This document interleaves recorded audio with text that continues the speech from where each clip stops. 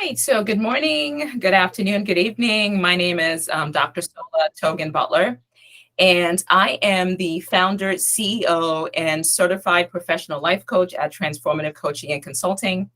I am a licensed clinical therapist as well, so I also have a clinical practice called Butterfly Counseling Services.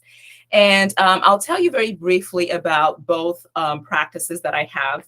So, Butterfly Counseling Services was established in November of 2019 with the mission of making mental health services accessible and affordable to a diverse client population, and also to challenge the stigma associated with receiving mental health services. Because what I found in my research is that when people want mental health services, either they could not afford it, or they did not have access to it, or they felt that the mental health services was not culturally sensitive or culturally competent.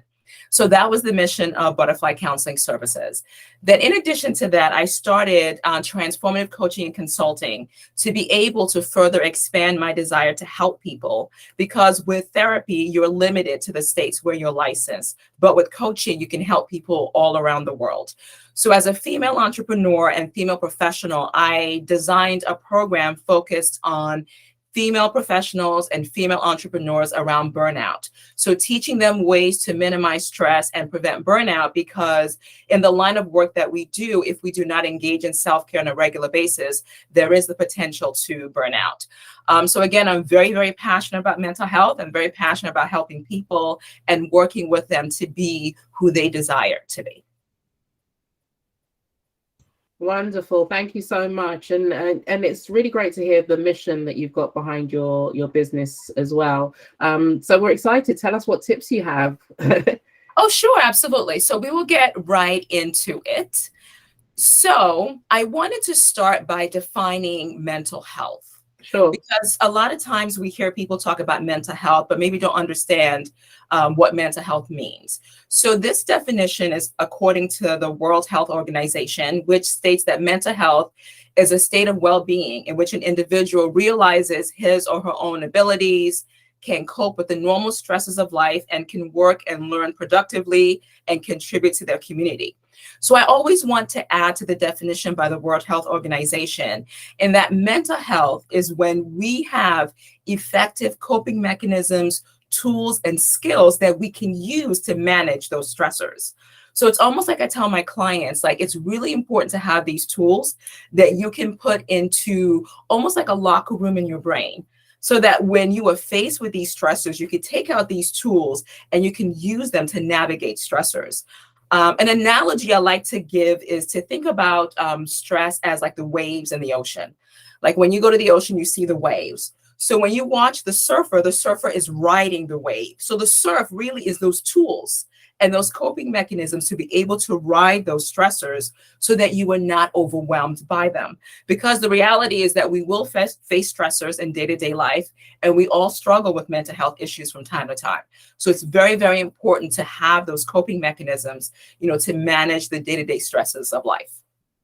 I really like that analogy, because I could picture surfing, and surfing is quite a nice activity, right? Even though there's waves, you're able to ride them and to make it a more pleasurable experience. So yeah, that's a great analogy. Thank you. You are welcome. You are welcome. And in talking about mental health, the one thing that I always like to highlight is what happens when we fail to stay on top of our mental health. It's really important to stay on top of our mental health on a daily basis. There's often the assumption that mental health is something that I address when I'm dealing with a crisis or when I'm having difficulty dealing with a stressor. But what I teach my clients is you want to stay on top of your mental health on a daily basis. You want to make it habit forming, because if we fail to do so, there are certain things that we will notice. So for example, if we're not staying on top of our mental health, we can potentially burn out. So burnout is when you are exposed to stressors on a constant and persistent basis. So you are completely overwhelmed physically, emotionally, and mentally. People notice negative thinking patterns, like thinking of worst case scenarios, worrying constantly, concerned about impending doom.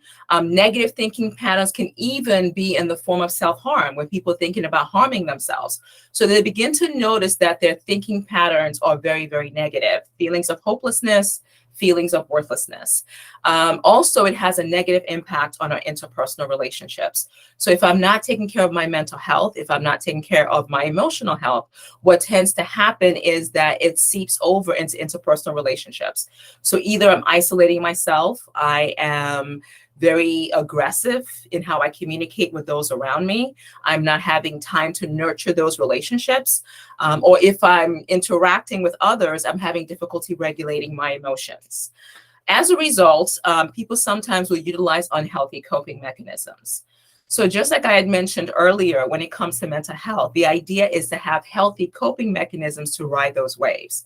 Unhealthy coping mechanisms could be maybe turning to excessive alcohol, using drugs. Those are unhealthy coping mechanisms.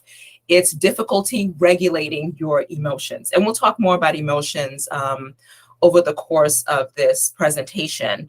But the idea is that if I'm not taking care of my mental health, I become emotionally hijacked. It becomes really difficult for me to regulate the emotions that I'm feeling. So the idea is that all emotions are good. We just want to regulate them and express them in a healthy way. So, of course, there is a connection between emotional, mental health, and your physical health.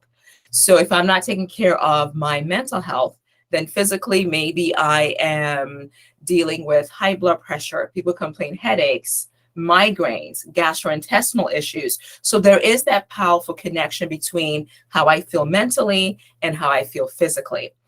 And also, equally important is if I'm not taking care of my mental health, it does impact self-care and self-compassion.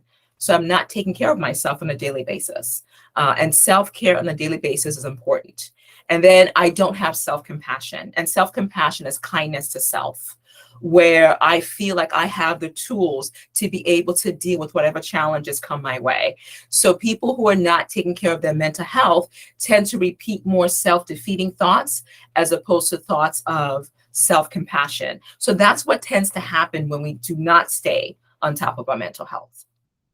It's really interesting how you're positioning mental health as a priority, because while you were talking, I think how all my life, like, physical health has been seen as the norm, as something that we should be prioritizing, but rarely do we hear about prioritizing our mental health and the impact that it does have on our physical health as well. So there's so much focus on going to the gym and getting in your best shape, but the gym for the mind and getting your mind in the best shape, we don't hear those same sort of messages.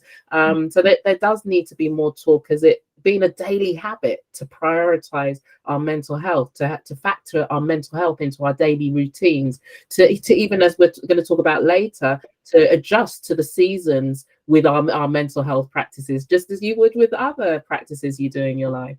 Yeah. And Grace is agreeing in the chat box. Yes, absolutely. Because sometimes, when it comes to mental health, what we hear is when somebody is in a crisis, that's when you go and seek mental health services. And Right. also, while mental health is more in the forefront than it was before, there is still that stigma associated with receiving mental health services. So the pandemic did bring mental health to the forefront, absolutely. So more and more people are aware of mental health and the importance of staying on top of our mental health. Really important.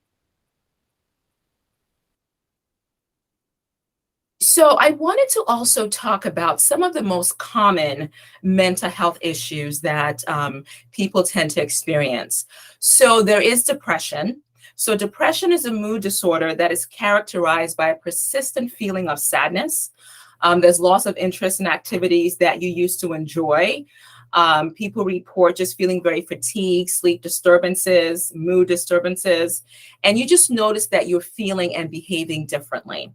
So depression tends to be very common. Also, I'm working with my clients, a lot of people that are seeking mental health services are dealing with depression. And you can only imagine, just coming out of this pandemic, how many people were impacted by mental health issues.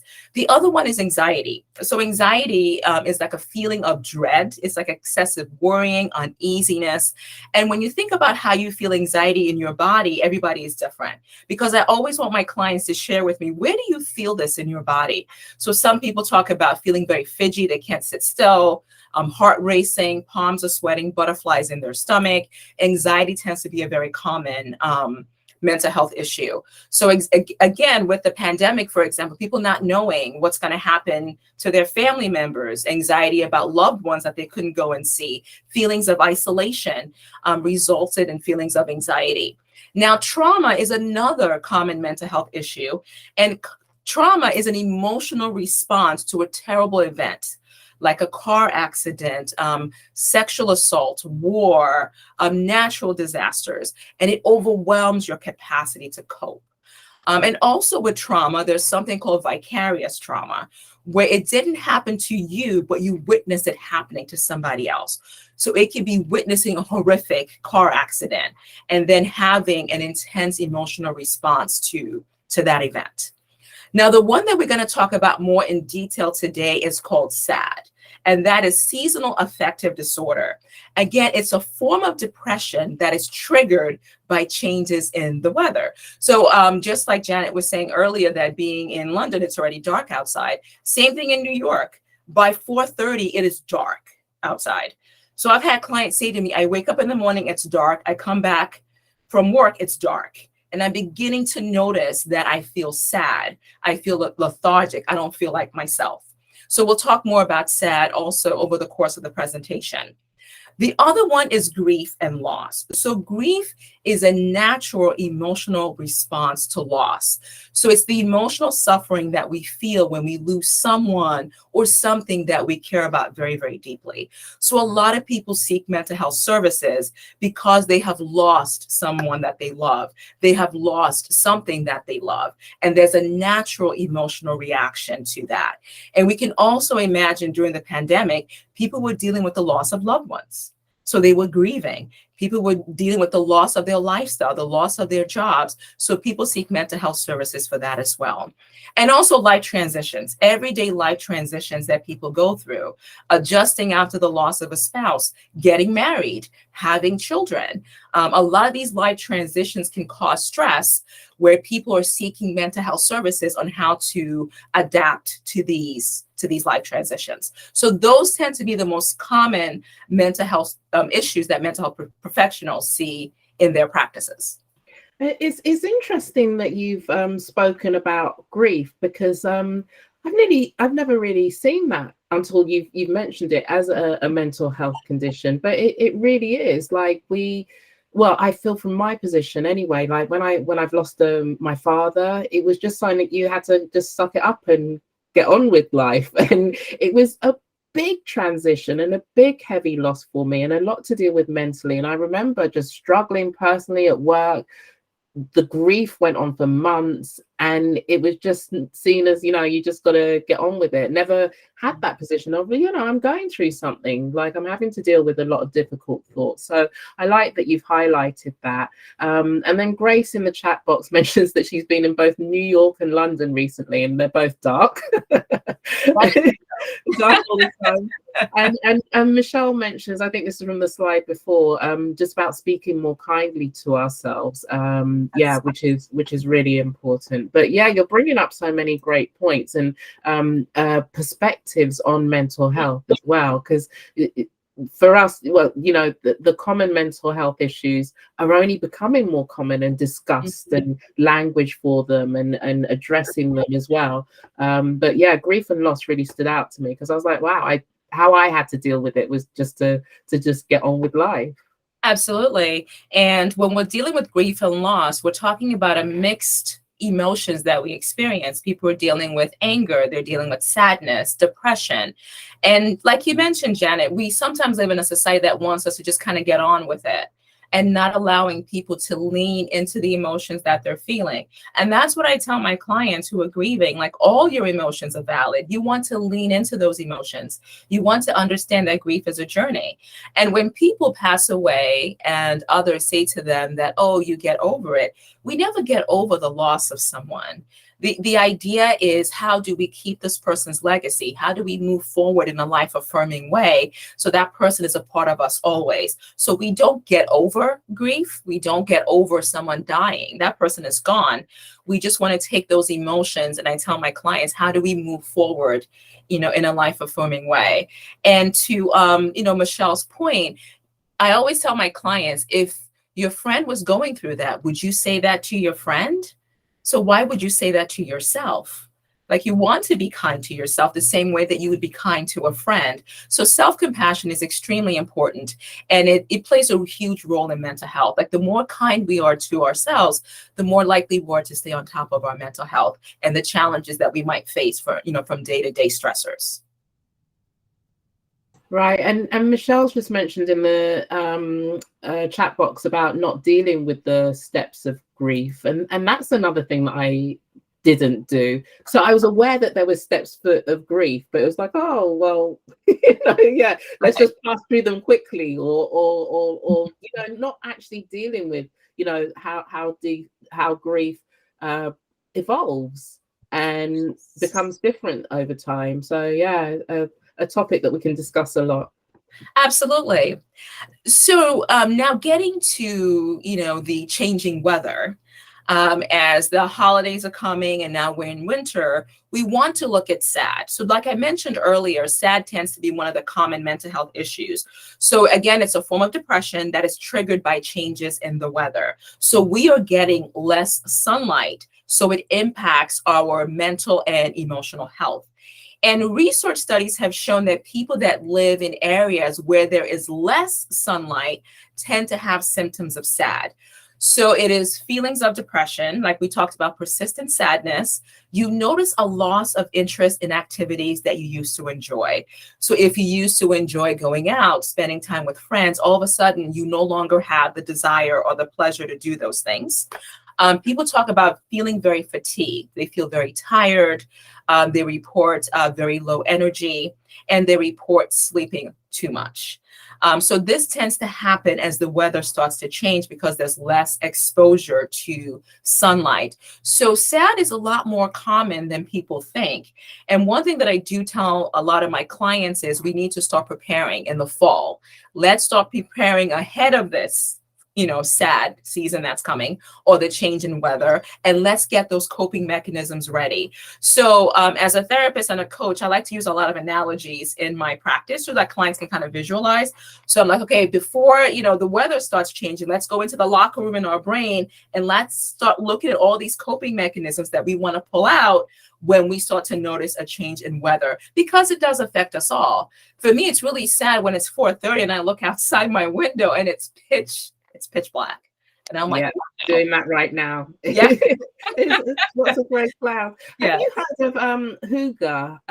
It's like a Nordic, it's the countries that don't have much sunlight in Northern Europe. There's certain countries that do have exactly what you're saying, which is a toolkit to cope with the change in weather. So they really go into like the coziness and like embrace it in some ways. And I found that when I learned about that, they do a lot with like candlelight, cocoa, blankets, where you just fully embrace the darkness and you make it kind of like a cozy, comforting coping technique. So I got myself some solar powered fairy lights, and they come on when it starts getting dark, and it's like, oh, all I needed was fairy lights. It makes me happier. I'm like, okay, I got my fairy lights. It may be dark, but we've added like specks of light, and the kind of just embracing it as well. I think there used to be me resisting the change in weather and the darkness, but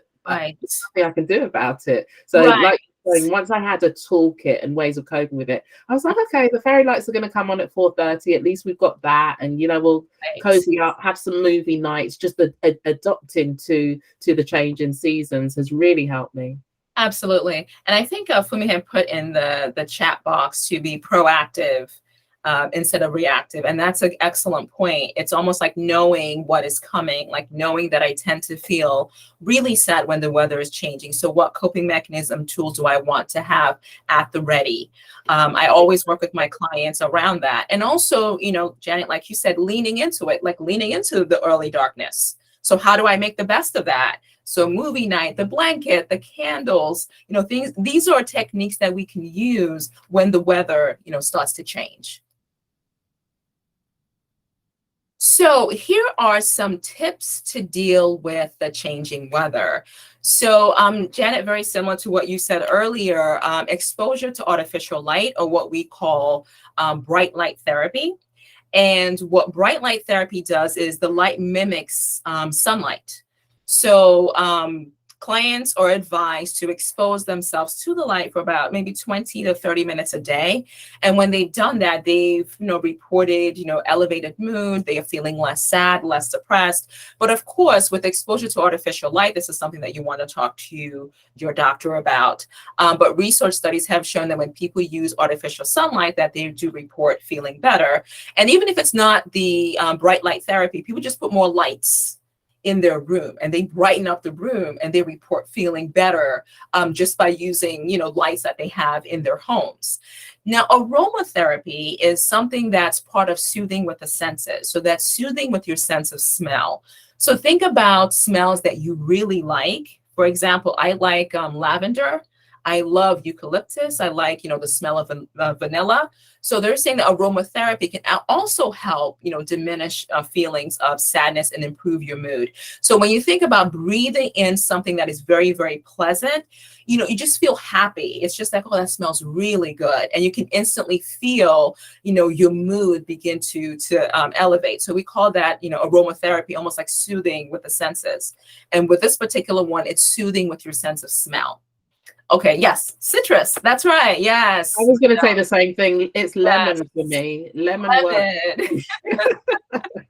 We all have these smells that when we smell them, we just breathe it in. We're like, oh, that smells so good, Yes. So aromatherapy, kind of soothing with the senses.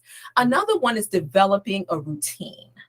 So what I tell people to do is kind of have a schedule of the things that you want to do. So maybe you get up in the morning, maybe you do some exercise, you go for a jog, you go for a walk. What is your routine? This is especially important. And the reason I say this is because a lot of people are working from home and they feel like I don't have a routine anymore.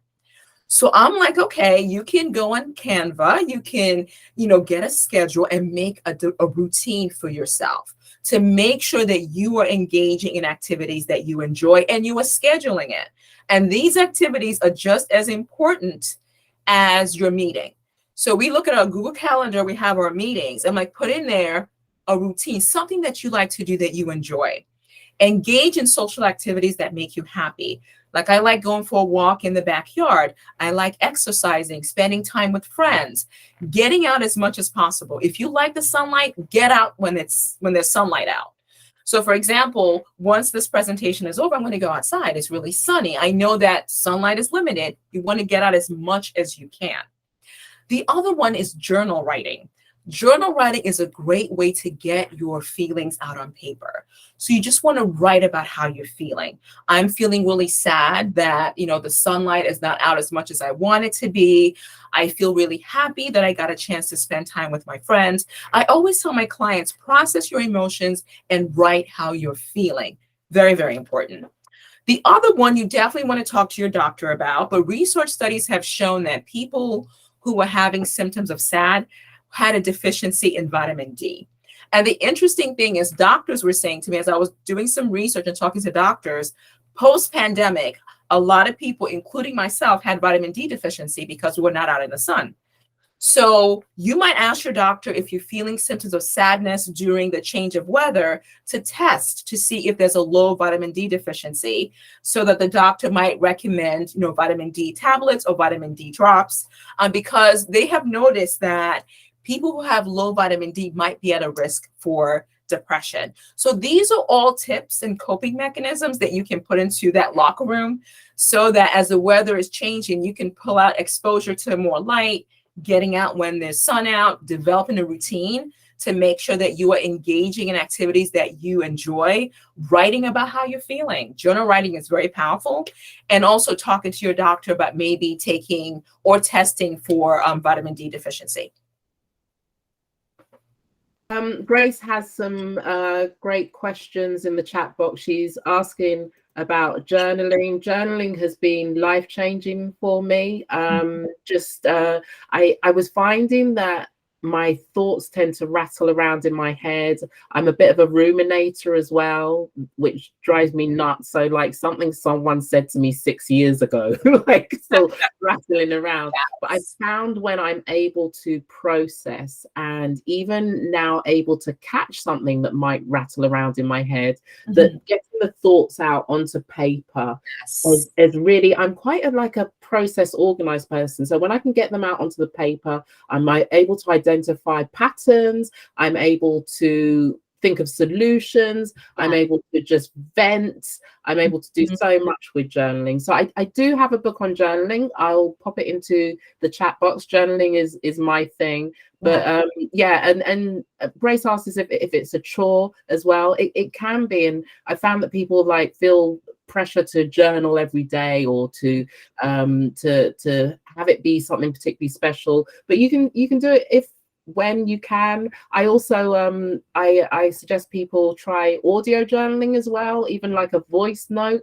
is also getting the thoughts out. So I'll have a fake conversation on my phone if I'm really angry and just get it all out so it can be writing it. And sometimes I do it every day. I love doing it in the morning as part of my routine. So Sola, you mentioned routine, and that's really key. So after I do my morning workout, I'm like, okay, what's up there that needs to get out? And again, just seeing the patterns. Oh, I seem to be really stuck on that, or repeating negative thoughts to myself. How do I then unpack that and understand where it might be coming from? But it's a seriously valuable tool, especially when you do it with no pressure. It's your work. It's just getting it out. It can be really enjoyable. Absolutely. That's a great point. With journal writing is the idea of getting your thoughts, getting them out of your head and on paper. And then once you're looking at what you're writing, you can notice certain patterns. You can kind of process your emotions and understand what your emotions are telling you. Now, some people say that they feel like it might be a chore because I have a lot that I need to write. Then what I tell them to do is you could do bullet points. Like if you feel like you don't want to write a whole lot, you can do some bullet points and you can go back and look at what you've written. Or Janet, like you mentioned, audio journaling. I have clients that do that. They audio journal and then they go back and they listen for any patterns or processing their emotions. And I do have clients that do video journaling where they will have their phone up and they would just talk out how they're feeling, videotape themselves and go back and look at it later. So the idea is to understand what's going on with your thoughts and be able to process, the emotions. And I'll talk more about that later. Emotions are storytellers. They're there to tell us a story. So we want to welcome them to understand the message that they are trying to give to us. So here are some tips for the upcoming holidays. Now, holidays can be stressful for a lot of people. So talking about a mix of emotions, people are happy, people are stressed out, people are sad, a variety of emotions. So here are some. I have a question for you before you even get started on this. Is it all right to hate Christmas? To just be fed up and want to opt out? I am going to say yes, because as a therapist, the way that you feel is valid because that is how you feel. Grace says no, it's not all right. So if you say you hate Christmas, then that is valid. Absolutely. Now, what I would suggest is people process, is it really Christmas I'm hating or what comes with that? So it's processing the emotion, like what is coming with Christmas. Yeah. So, a lot of holidays, a lot of stress, a lot of emotions, a lot of things are coming up for people during the holidays. So that would be the next step. What is coming up for me that's making me hate Christmas? Is it mourning the death of a loved one? Is it, I have to buy things for people? What's my finances looking like? I'm invited to all these parties. I really can't go to all of them, but I don't want to disappoint people. So many emotions during the holidays. So these are some tips to add to the toolbox that I mentioned earlier. So the first one is create a financial budget. This is huge. So many people spend much more than they have available during the holidays, which then makes them hate the holidays because they spend much more than they have. Create a budget and stick to it. So look at your finances. If this is all that you can spend, you want to make sure that you stick to that budget so that you are not feeling overwhelmed later on. As a therapist and a coach, I can't tell you how many people in January are in the red, where they will say, I do not know how I'm going to pay my credit cards because I went over my financial budget. And now that creates a stressor for them. The other one is to set and communicate your boundaries. Very, very important. If you are unable to attend an event, it's okay to say you can't attend, because what happens is that people overextend themselves and then they become exhausted and they become resentful. So just remember what your boundaries are and stick to those boundaries. Very, very important. So we have emotional boundaries. You want to think about your emotional health. If being in a certain situation is going to be detrimental to my emotional health, it might be best for me not to go. So know what your boundaries are, set those boundaries, and make sure that you stick to those boundaries, because sometimes we set boundaries and we don't stick to them. Well, Michelle in the chat box has said that setting boundaries is really difficult. And it is. My situation is that, so I have my young family, I also have my mum as well. And I've been hosting, catering, Christmas for years now, and I really just want to break and to opt out. and last Christmas, it was Christmas Day. I think it was the first day of my period. I just wanted to just lie in a corner somewhere, and then I feel like I would be letting everyone down. What are our alternative plans? Everyone wants the Christmas dinner, so the takeaway won't go down well. So the setting of boundaries can be quite hard, especially if you feel responsible and pressure. Yeah. Absolutely. When it comes to setting boundaries, a lot of people say the same thing, like, I'm letting people down, I feel bad, I'm saying no. So the thing is, I say to them, how about instead of saying no, not right now, or what are some alternative plans? That is very important, because when we don't set those boundaries, we end up feeling resentful. So the question is, what is the balance where I take care of myself and I'm taking care of others as well? And what does that look like? Yeah. So, for example, if I can't do the Christmas dinner, what are some other things that we can do so that we still get to spend time together as a family? What does the alternative look like? Because a lot of times we don't say no and we end up regretting it later. We end up being resentful, we're exhausted, we're tired, because we didn't factor in ourselves as well. So I know that sometimes the word no can come across as being really harsh for some people. So I say, what's the balance? How can you make sure that you're okay and everybody else is okay? So everything is at an equilibrium. Because when we put others first and ourselves last, it becomes a disequilibrium. And that's when we start to see burnout, stress, resentment, anger, because we're down here and we put everybody up here. And the whole movement behind self-care has really been moving forward. And I'm really happy about that, because the idea has often been we put ourselves last, we put everybody else first. And now the self-care movement is more of an equilibrium. I take care of you, but I also take care of myself as well. So I don't know if that answers the question, but if you don't want to say no, you can say maybe not right now. Yeah, and Michelle's saying to chip in with food. So yeah, get other people to help out. I think, I think even for myself, it can't be a hard no at the moment. Of course, but like you said, it's coming to the balance where I have a bit of respite in some ways, and other people are chipping in more, and maybe by like 2036 I'll have my feet up somewhere. Yes, absolutely. And with what Michelle said, that's what I meant by utilize your support system. Have other people chip in and help you. Like, if you feel like this is too much for me to do, then it's okay to delegate to others. Can you cook this? Can you bring this? Can we have the party at your house? So utilizing your support system is really important. And of course, engaging in self-care on a daily basis, because the holidays can be very, very stressful. And later on, I'll talk about self-care techniques that we can use on a daily basis. Yeah, a Christmas vacation. Yes. Yes, I agree, Michelle. That would be great. Yes, a Christmas vacation is, again, self-care, so that you can make sure that you're taking care of yourself on a daily basis. So here are some quick self-care tips. And the reason I put these tips together is because people often feel like self-care is something that's going to take hours, maybe an hour at the gym or an hour and a half, or it's going to take 30 minutes. And I tell people that there are self-care techniques that you can do in a short amount of time. And what I'm going to do is I'll go through each one and I'll just check to see if anyone has any questions about these self-care tips. So the first one is butterfly tapping. And I'll explain what that is. Tapping is a great way to relax the body. So tapping is based on meridian points in the body, and meridian points allows energy to flow through the body. So yes, exactly what Janet is doing. Yes, the meridian point. So you have two meridian points like right under the collarbone. So butterfly tapping is when people, almost like, you cross your hands together with the thumbs across like a butterfly. You put them right under the collarbone and you are tapping. And people find this to be very relaxing, or some people just tap directly, whatever you're most comfortable with. And the idea is it's releasing energy into the body that gives the body a chance to relax. Now, some people combine that with deep breathing. Now, deep breathing is basically breathing in where you feel the belly, and then you breathe out almost like you're blowing out a candle. So it's almost like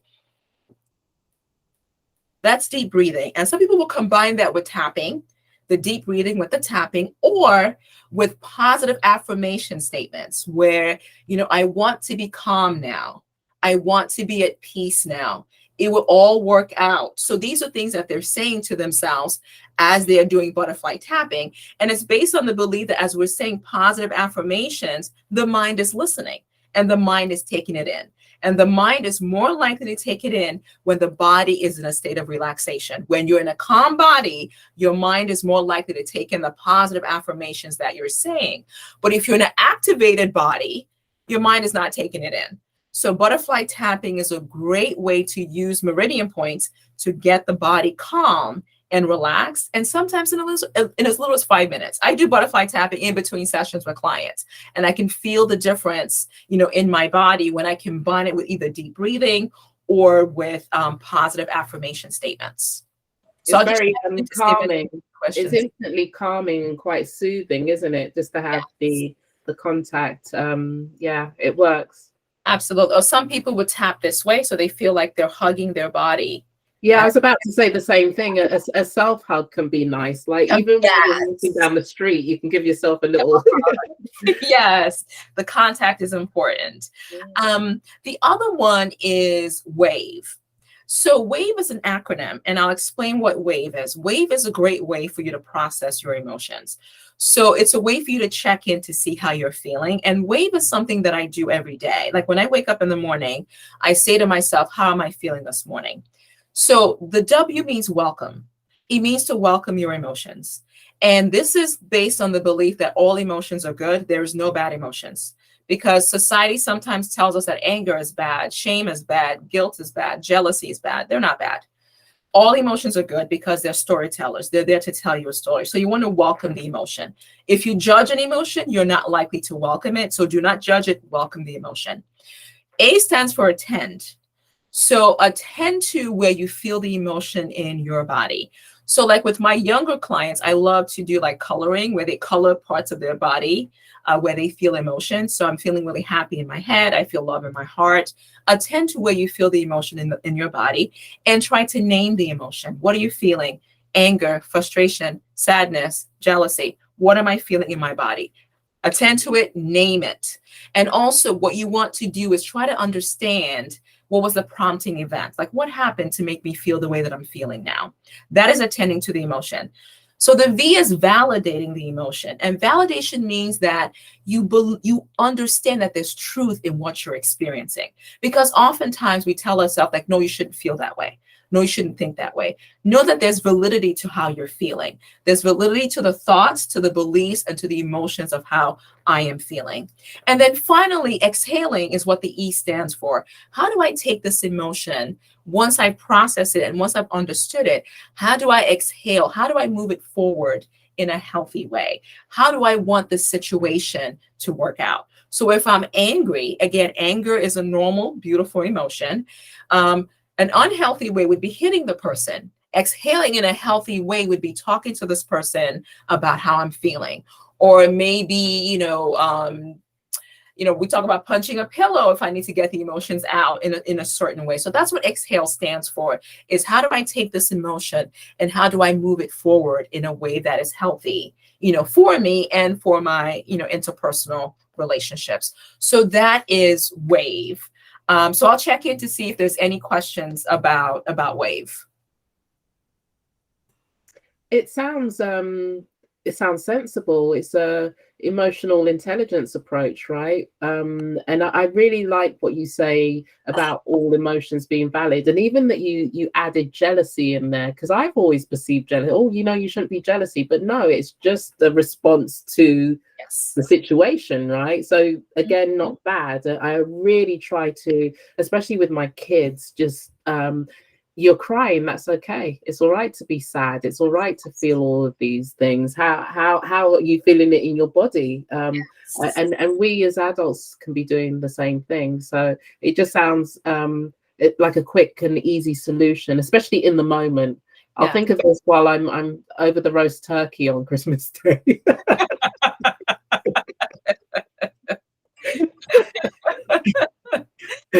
Yes, it's a great point. It's, again, talking about jealousy, just going back to what you mentioned, because jealousy is an emotion that gets, a negative rap. And when we see emotions as storytellers, like jealousy is here to tell me a story. And I have an experience with a client around that, where she had been with a partner for a number of years, and then her friend, who had only been with her partner 2 years, got engaged. And then in the session, she's like, I'm jealous. And she's like, no, I shouldn't be jealous. I'm like, no, let's lean into jealousy. Let's lean into what jealousy is trying to tell you. And at the end of the day, she just wanted to be engaged also. Yeah. So I'm like, okay, so how do we exhale this emotion in a healthy way? She goes, I'm going to talk to, my boyfriend. I'm going to talk to him about the fact that I would like for us to maybe move on to the next step in our relationship. So that wasn't a bad emotion. It was just telling her she wanted what her friend had. Because she was able to lean in on it and not push it away, she was able to understand what jealousy was telling her. Or if we listen to certain types of music, Billie Holiday, Good Morning Heartache, come in and sit down. That is Billie Holiday welcoming heartache. Like, come in and sit down. I see that you're here again. So sometimes I use music with my clients. And Simon and Garfunkel, I believe it was Garfunkel that struggled with depression. There's a song where he says, hello, darkness, my old friend. I've come to talk with you again. So kind of welcoming depression, like, okay, you're here again. What are you telling me? Let me what's going on? What's going on? Exactly. The next one is deep breathing. Like I mentioned earlier, there's different deep breathing techniques. The idea with deep breathing is that we all tend to breathe very shallow. So deep breathing is about taking that deep breath. I tell my clients, you fill the belly, and then when you breathe out, almost like you're blowing out a candle very softly, and it has a very calming effect on the body. And there's different types, but if people are still just kind of getting into deep breathing, that's what I tell them: fill the belly, and then breathe out through the mouth, almost like you're blowing a candle very softly, and you begin to see that your body starts to relax. The next one is body movement, and that is moving your body as much as possible. So body movement could be stretching, it could be exercising, it could be running. Some people do yoga.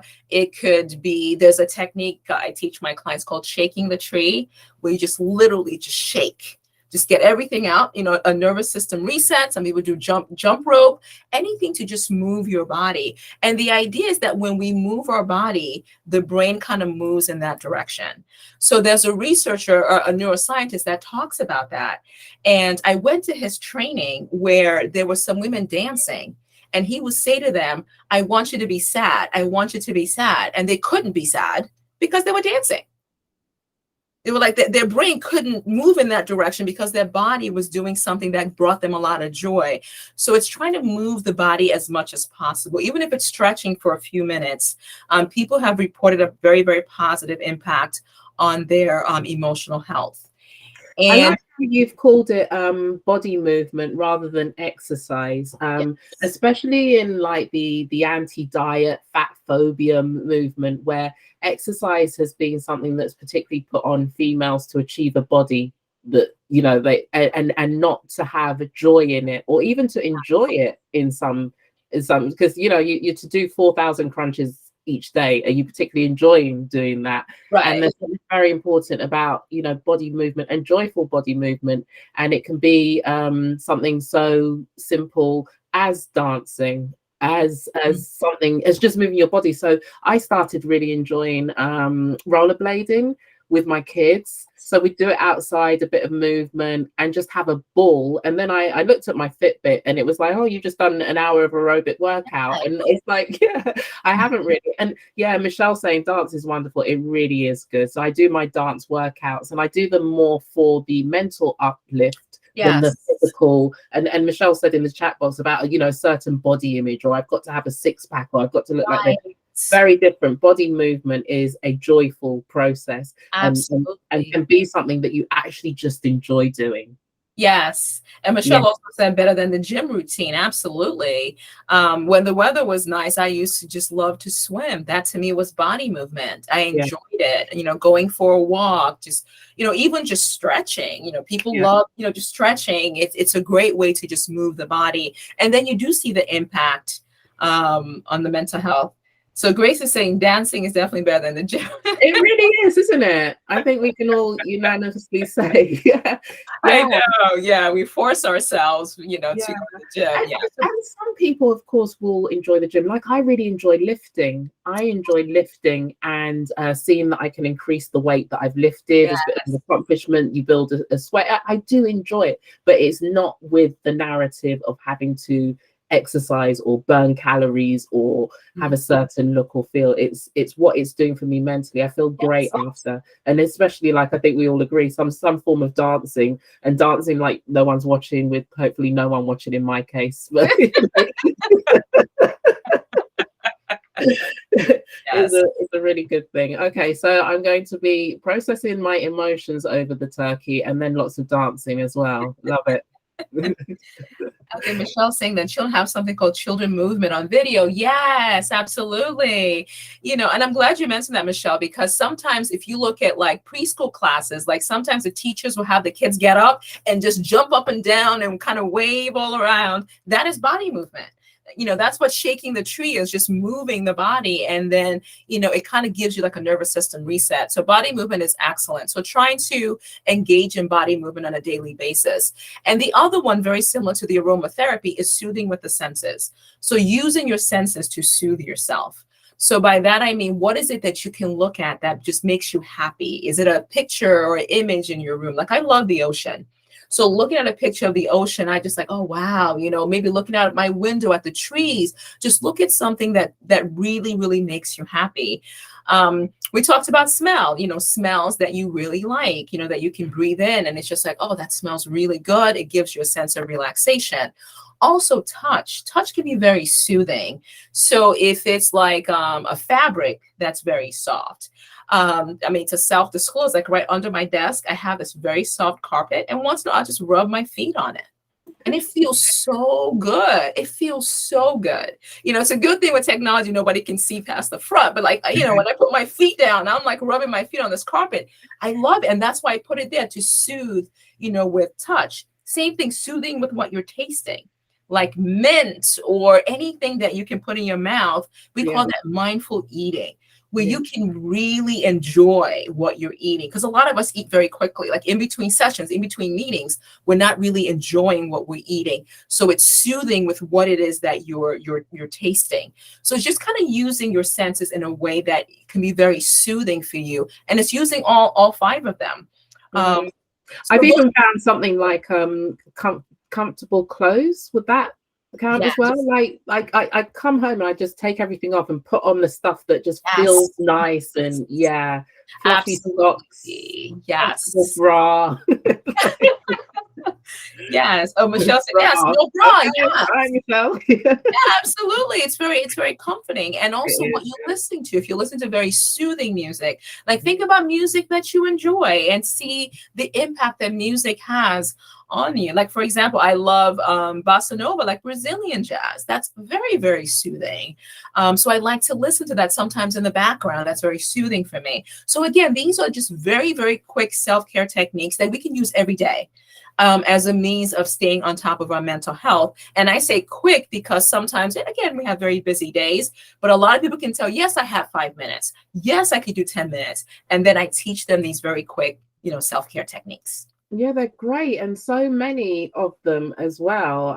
Yeah, loads of things that I'm going to implement. I do, and it's sometimes it's just a reminder as well. There is certain music, especially when I'm working. I like lo-fi playlist on, like, it's just it's really just like weird melodies with a beat, but it just Yes, soothes me, and there's no words, and yeah, just instant absolutely. calmness. So they are just quick things that you can implement that do make a big difference. And I love how you've made us think about the five senses. Which of those can we stimulate to help soothe Yes, us is a great tip.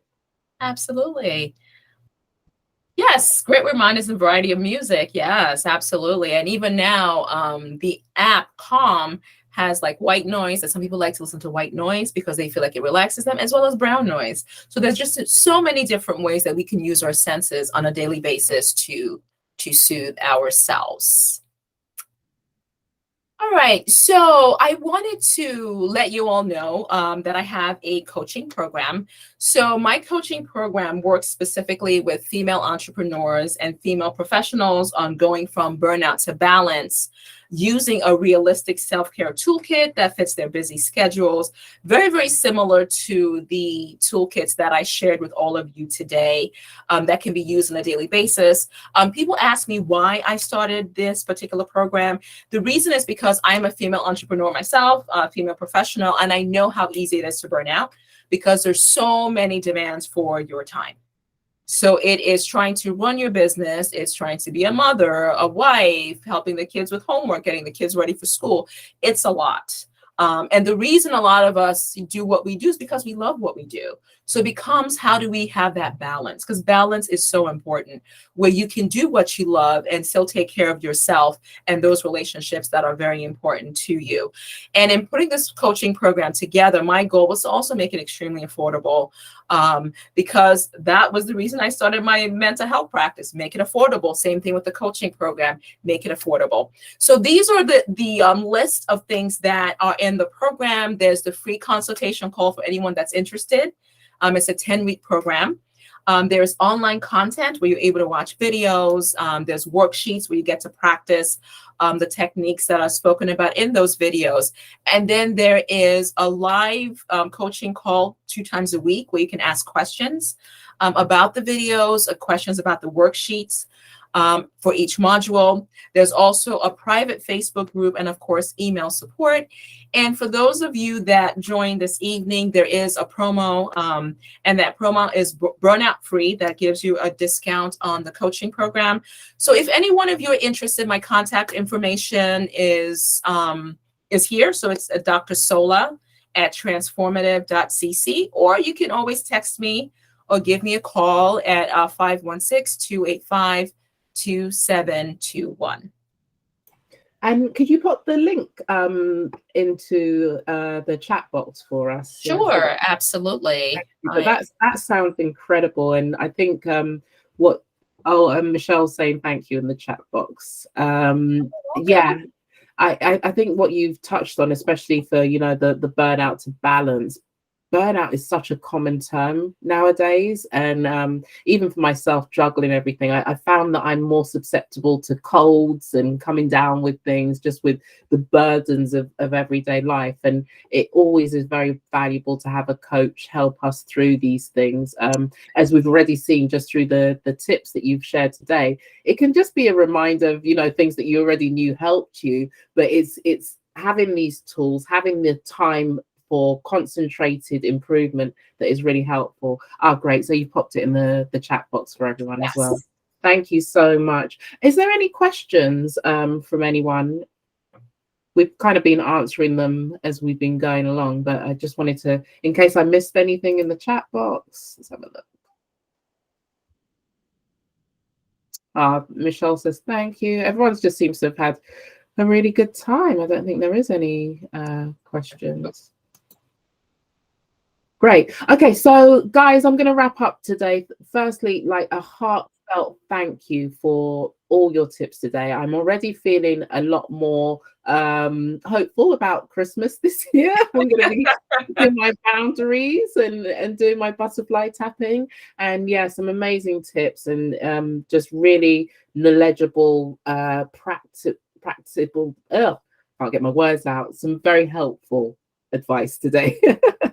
And yeah, thank you everyone for joining. I am building a community. I'm looking to move off Meetup in the near future and have everyone onto my own platform. So if you are interested in more information such as this and hearing from more experienced professionals with great advice and knowledge, please do come and join me. And there'll be more coming in the coming weeks, and I think we should do another one of these in the new year. I think, yeah, it's a difficult time of year, so we didn't have a huge number of people attending, but I think in the new year would also be a new time to deal with the different things that come with January and February and so Absolutely. On. So I would welcome you back it would be great in the new year. Thank you, Grace. I would welcome you back anytime. You have been amazing. Thank you so much. It was my pleasure. Thank you, everyone. It was glad to have you all. All right, let me stop the recording.